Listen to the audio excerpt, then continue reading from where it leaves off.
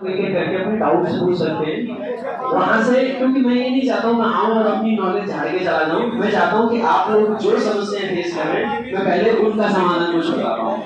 तो जो भी लोग पूछना चाहते हैं इंग्लिश को लेकर, कोई भी अगर आपके मन में डाउट है, पढ़ाई कैसे करनी चाहिए, इंग्लिश को कैसे पढ़ना चाहिए, या कोई भी किसी भी सेक्शन को लेकर, तो आप पूछ सकते हैं। सर लट्टू आगे आगे चलो, एक इनका डाउट आया कि एक किताब को, ब्लैक बुक को इन्होंने कई बार रट लिया लेकिन कुछ याद नहीं होता है। बड़ी कॉमन सी समस्या है ये। एक किताब की समस्या नहीं है, उस किताब में यकीनन कोई दिक्कत नहीं है। दिक्कत है हो सकती है आपके पढ़ने के तरीके में, रटने के तरीके में। देखिएगा, वोकैब की दिक्कत है, ये बेसिक बात है। और वोकैब की समस्या सबके सामने रहती है कि किस तरीके से वोकैब को याद किया जाए। सबसे पहले तो वोकैब को याद करने का कोई एक फिक्स पैटर्न नहीं हो सकता है कि भाई आप इस तरीके से चलो, ये फिक्स पैटर्न है, आप सबका एकदम से याद हो जाएगा। अगर ऐसा कोई पैटर्न होता है तो यकीन मानिएगा लगभग सारे लोग उस पैटर्न को अब तक जान चुके होते हैं। कोई फिक्स पैटर्न नहीं है।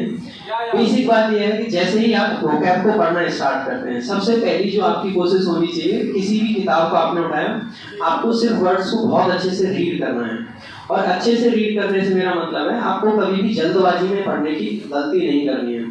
ज्यादातर लोगों को क्या होता है कि फटाक से ये वर्ड इसके आगे ये रटते जाएंगे।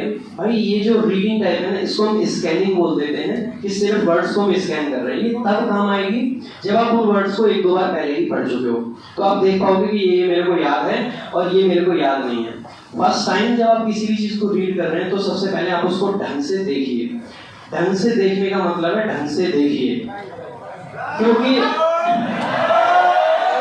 जो हमारी मेमोरी है पिक्चर मेमोरी काम करती है। अक्सर करके आपने देखा होगा, किसी से कभी मिले या कहीं पे आप गए, किसी ने आपसे कुछ कहा, इवन किसी ने आपसे कुछ कहा है और आप उसको जब मेमोराइज करने की कोशिश करते हैं कि उस बंदे ने क्या कहा था, तो आपके सामने वो बंदा आपको बोलता दिखाई देता है। जिस टाइम पे आपने वो बात सुनी, आपके सामने जो चीजें चल रही थी वो आपको आपकी आंखों के सामने दिखाई देती है, आप इमेजिन कर रहे होते हैं।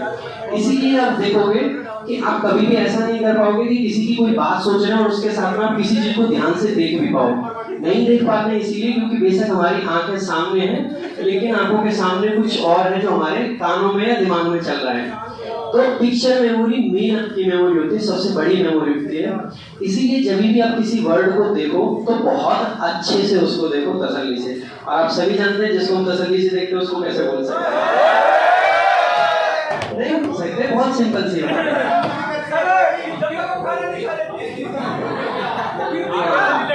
9 मिनट लगने तक नहीं भूलना है, बाकी खाना वाना आप देखते रहना, बाद में खाना है कि नहीं। तो सबसे बढ़िया तरीका रहता है कि आप वर्ड्स को देखो। इससे ऐसा बिल्कुल नहीं है कि आपको 100% वर्ड्स याद हो जाएंगे, वो कभी हो ही नहीं सकते पहली बार में। लेकिन इस तरीके से आप पाओगे कि लगभग 40 to 50% आपको वर्ड्स याद हो जाएंगे।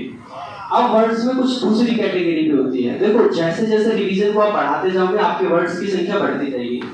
अब आपके पास में कुछ ऐसे वर्ड्स जरूर बचेंगे जिनको आप चाह कर पढ़ने के बाद में भी, जैसे इनके साथ हो रहा है, वो याद नहीं रहते हैं।